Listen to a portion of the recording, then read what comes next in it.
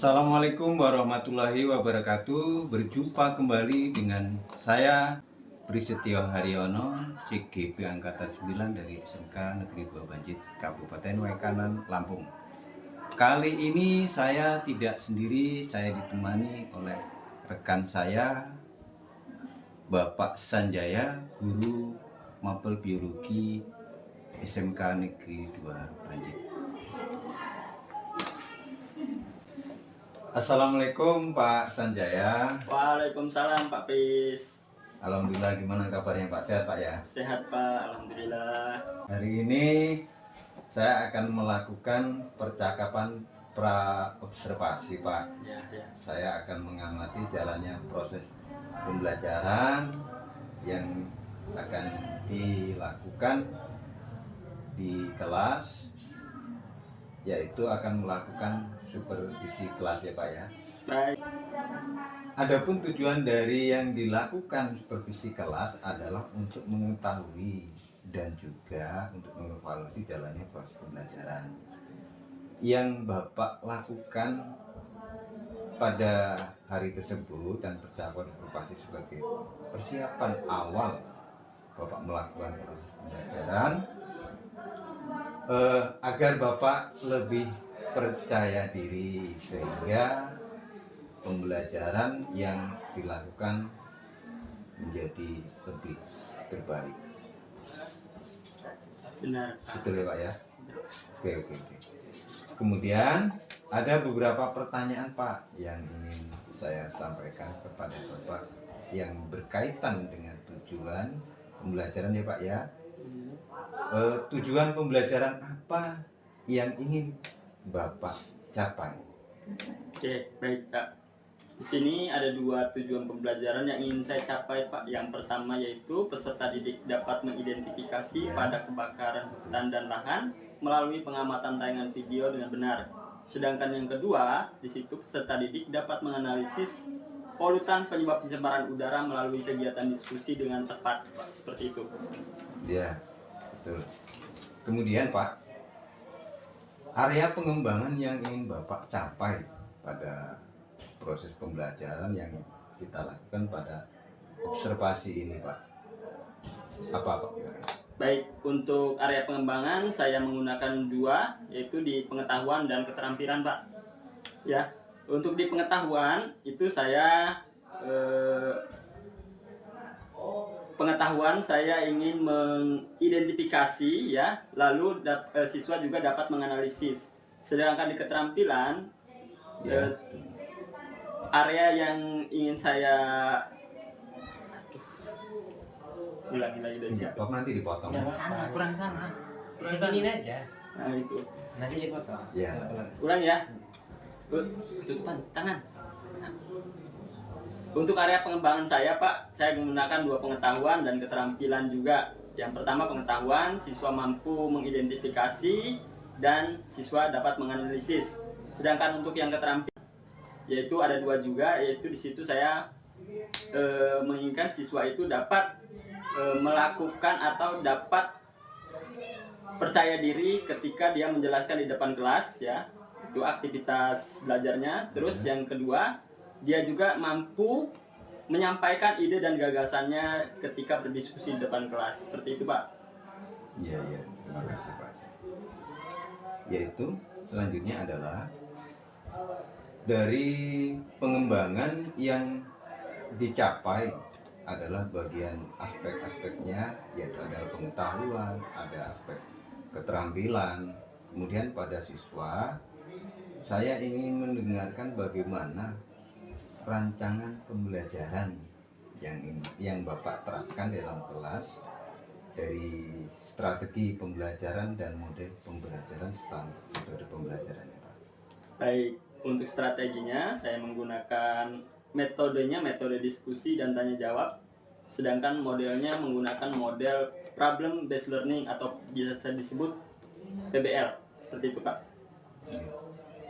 Alhamdulillah. Kemudian Pak, nah bagaimana dengan media pembelajaran yang Bapak gunakan? Ya, untuk medianya saya menggunakan PowerPoint di situ Pak sebagai materinya, lalu ada juga LKPD di situ untuk siswa memecahkan masalah, lalu ada lembar post-test dan p-test untuk mengukur kemampuan siswa. Luar biasa. Nah, kira-kira kapan Bapak akan melakukan kegiatan tersebut? Saya akan melakukan kegiatan tersebut pada tanggal 9 Januari 2024, Pak. Pukul 8 sampai dengan selesai. Untuk kelasnya kelas 10 akuntansi. Ya. Oke Pak, baiklah. Jadi sampai ketemu Pak nanti pada waktunya. Saya akan melakukan observasi di kelas untuk mengamati hasil proses kegiatan mengajarnya. Kemudian juga pada saat praktek, baik sebelum diakhiri maupun di awal, di percakapan kita mungkin sampai di sini ya Pak ya. Mudah-mudahan nanti ketika kita melakukan observasi kelas, kita sama-sama dapat bekerja sama sehingga kegiatan berjalan dengan baik. Baik Pak, dari sini terima kasih juga. Di sini saya mendapatkan gambaran terkait media apa saja yang saya gunakan nanti Pak. Terus harus sudah saya persiapkan mulai dari sekarang ini Pak. Terus dan saya juga akan berusaha melakukan yang terbaik untuk hari pelaksanaannya. Seperti itu Pak. Oke Pak Sanjaya, mungkin pertemuan kita pada praobservasi ini ya tidak banyak yang saya sampaikan dan saya pertanyakan. Mungkin di lain waktu kita dapat ketemu sesuai dengan waktu yang telah kita sepakati bersama. Demikian Pak. Baik Pak. Oke, terima kasih. Assalamualaikum warahmatullahi wabarakatuh. Waalaikumsalam warahmatullahi wabarakatuh. Assalamualaikum.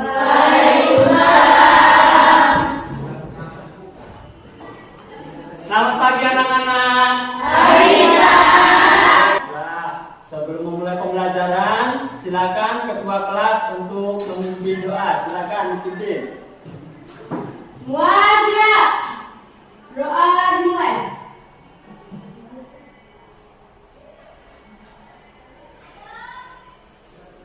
Doa selesai. Beri salam.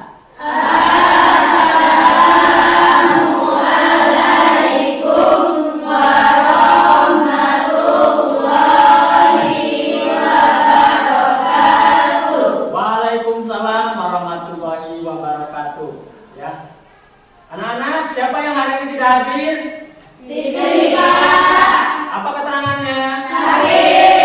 Nah, mudah-mudahan kita doakan Titin segera sehat ya. Amin. Bagaimana kabar kalian? Baik. Yakin baik?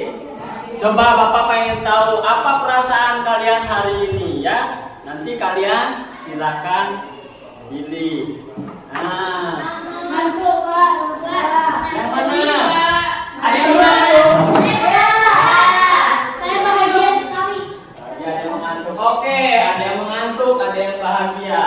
Sebelum kita memulai pembelajaran ini, berarti kita ice breaking dulu ya. Nanti Bapak sebutkan nama buah. Nanti ketika Bapak menunjuk salah satu harus meneruskan dari huruf terakhirnya. Paham? Oke, siap ya? Oke. Bapak maunya buah apel. Ya, apa? Ayo apa?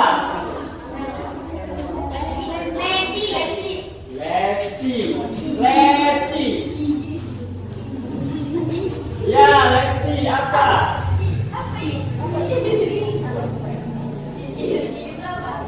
Tidak ada. Ada diganti. Jeruk. Kelengkeng. Oke. Berarti masih fokus ke kelengkeng. Oke, ganti lagi Bapak pisang. Tadi kan pisang.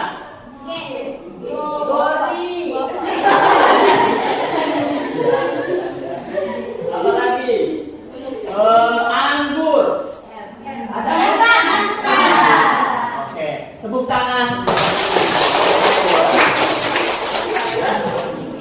Mudah-mudahan kalian semangat mengikuti pelajaran ini ya. Oke.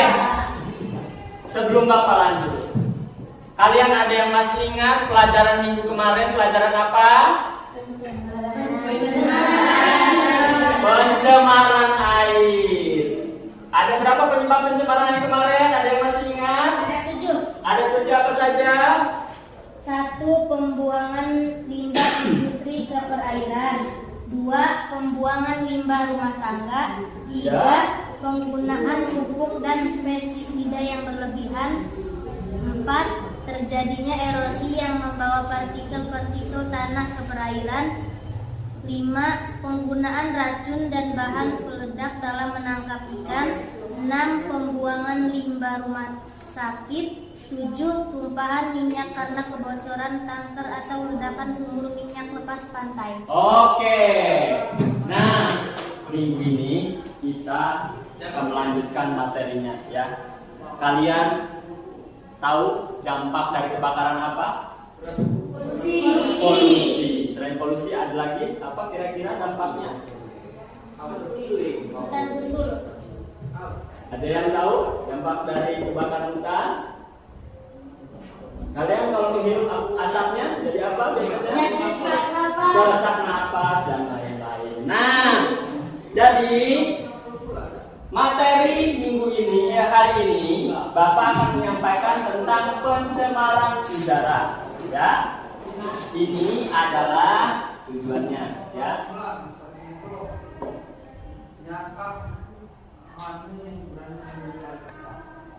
Nah, tujuan pembelajaran kita hari ini adalah 1. Peserta didik dapat mengidentifikasi pada kebakaran hutan dan lahan melalui pengamatan tayangan video dengan benar. Yang kedua, peserta didik dapat menganalisis polutan penyebab pencemaran udara melalui kegiatan diskusi dengan tepat. Nah itu ya. Jadi tujuan pembelajaran kita hari ini ada 2. Lalu untuk penilaian nanti Bapak akan mengambil dari kegiatan kalian diskusi, lalu pretest dan post-test. Ya? Oke, paham? Oke. Baiklah, sebelum kita memulai, Bapak akan membagikan soal pretest. Nanti kalian kerjakan. Ini tujuannya untuk mengukur kemampuan awal kalian, ya. Silakan siapkan pena dan alat tulisnya.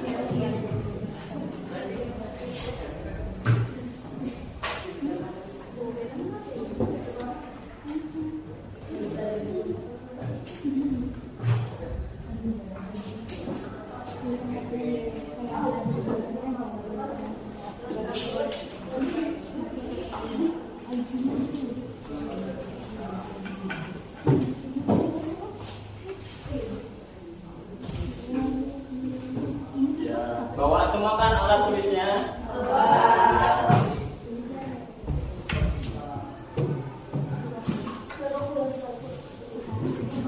Empat ya. Ya. Oh kurang 1. Ya, 1.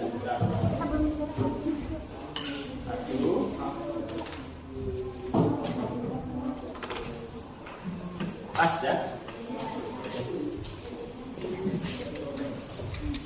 Silakan kalian kerjakan menurut pemahaman kalian sendiri, jangan mencontek ya. Oke, silakan kerjakan.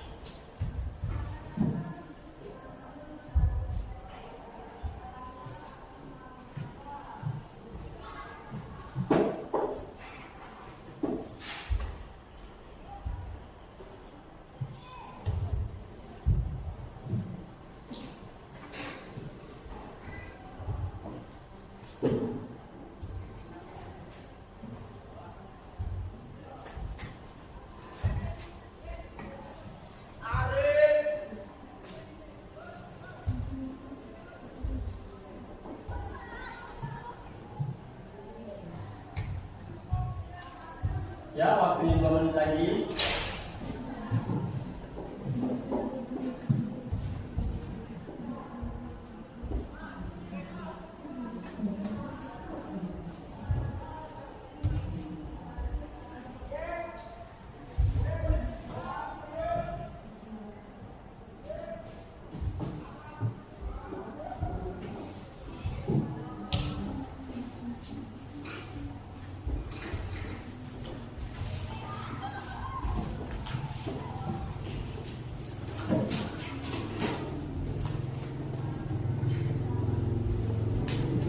Sudah.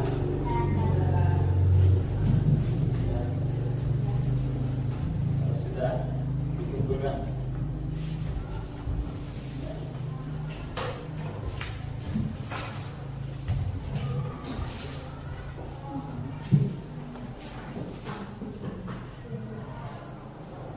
Bisa ya? Kerjakan ya. Terima kasih. Nah, selanjutnya Bapak akan menampilkan video permasalahan yang nanti akan kalian pecahkan dan kalian diskusikan bersama kelompok ya. Simak videonya.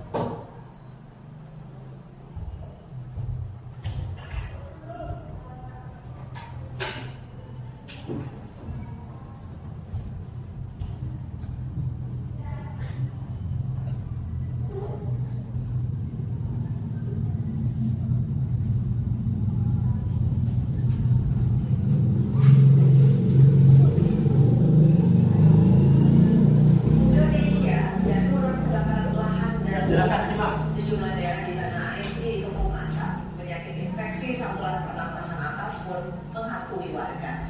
Petugas gabungan terus berjibaku memadamkan titik api agar tidak semakin meluas.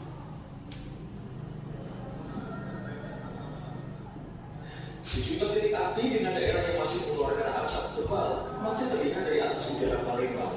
Kebakaran lahan gambut milik perusahaan dan warga ini sudah terjadi sekitar sebulan. Pejabat Gubernur Sumsel Komandan Satgas Operasi Karhutla melakukan pantauan udara kebakaran lahan dan hutan di Kabupaten Ogan Komering, Sumatera Selatan. Helikopter Polri juga masih terus melakukan pemadaman api. Sementara itu, Asprop PSSI Sumsel masih menunggu kepastian resmi dari PSSI Pusat soal memindahkan lokasi pertandingan kualifikasi Piala Dunia 2026 antara Timnas Indonesia kontra Timnas Brunei Darussalam. Sebelumnya PSSI berencana menggelar pertandingan ini di Stadion Gelora Sriwijaya Jakabaring, Palembang. Rencana gagal karena kabut asap yang masih menyelimuti kota Palembang. Panitia yang akan berada di Palembang pertandingan Indonesia. Seperti dulu belum ada proses ataupun perihal pemadaman. Tapi menurut saya dengan seperti ini kita perlu beradaptasi pemadaman itu dari di Padang, Sumatera Barat, pemerintah Kota Padang membagikan 3.500 masker kepada masyarakat sebagai antisipasi penyakit infeksi saluran pernapasan atas. Pemerintah Kota Padang juga telah mengeluarkan surat edaran mengimbau warga yang merasakan gangguan pernapasan untuk segera berobat ke fasilitas kesehatan atau puskesmas terdekat. Ya, masyarakat itu bisa tercapai sebelum bencana itu terjadi. Ini merupakan langkah antisipasi dan ini sesuai dengan surat edaran yang sudah disampaikan oleh Bapak Wali Kota melalui Dinas Kesehatan. Ini melakukan langkah antisipasi supaya dengan ini menjadi penyakit. Kalau sudah jadi penyakit itu akan menjadi wabah dan ya, untuk rasa tidak minimal karena padahal tidak ada kasus pernapasan. Suara kualitas udara yang sangat tidak sehat membuat badan masih berada pada status siaga darurat kabut asap hingga 21 Oktober 2023, Pemkot Banjarmasin mengambil kebijakan pembelajaran jarak jauh atau daring mulai tingkat PAUD, SD hingga SMP. BPBD mencatat sejak 26 Juni hingga 2 Oktober ada 32 titik lokasi kebakaran lahan di Banjarmasin. Bismillah ya, sip. Selamat pagi Pak Sanjaya. Selamat pagi Pak Pris. Gimana kabarnya Pak? Alhamdulillah sehat Pak. Udah berapa hari ini nggak ketemu ya? Iya Pak. Pulang kampung katanya? Iya Pak, pulang Kemarin kampung. mudik ya? Iya Pak. Habis lebaran. Ini ngomong-ngomong, ini saya mau minta tolong. Iya Pak. Jadi kita akan melaksanakan pasca observasi karena Bapak kemarin sudah melaksanakan proses pembelajaran. Sediakan Bapak, saya minta tolong diobservasi Pak. Siap, saya bersedia. Sebenarnya ada beberapa pertanyaan. Pertanyaannya Pak. Pertama, bagaimana perasaan Bapak menyajikan pada proses pembelajaran kemarin? Perasaannya ya, perasaannya sangat senang dan senang sekali yang pasti karena tujuan pembelajaran saya sudah disampaikan kepada siswa. Kemudian Pak, apakah ketika penyampaian pembelajaran kemarin sudah sesuai dengan alur pembelajaran? Alhamdulillah sudah sesuai dengan alur pembelajaran yang saya rancang Pak. Jadi ketika penyampaian itu proses ketercapaian pembelajarannya sudah sampai ke mana? Alhamdulillah proses ketercapaiannya sudah tercapai baik di bidang pengetahuan dan keterampilan. Sesuai dengan tujuan pembelajaran tadi kita ingin tercapaiannya yaitu di bidang keterampilan dan pengetahuan. Iya, pengetahuan dan keterampilannya sudah tercapai sesuai dengan targetnya Pak. Kemudian ada kan kendala tercapaian dan proses tersebut. Sejauh ini tidak ada sih ya kendala-kendalanya. Mungkin kendala biasa aja seperti ya siswa sedikit ribut seperti itu saja. Itu tidak ada lagi kendala-kendala yang istilahnya lebih berat atau kendala-kendala yang besar. Bagaimana dari ketika melaksanakan pembelajaran mungkin ada ide-ide atau inovasi dari proses pembelajaran? Ya, idenya mungkin untuk bulan depan saya akan mengembangkan media ajar yang menarik sehingga siswa itu lebih tertarik ketika mengikuti pembelajaran ini. Oke Pak, terima kasih Pak. Terima kasih atas penjelasannya. Hari ini kita sudah melaksanakan pasca observasi dari proses pembelajaran yang sudah Bapak laksanakan. Terima kasih, sampai jumpa, kita ketemu kembali. Saya nggak bisa bernafas dengan istilah baru. Selamat pagi Pak. Selamat pagi.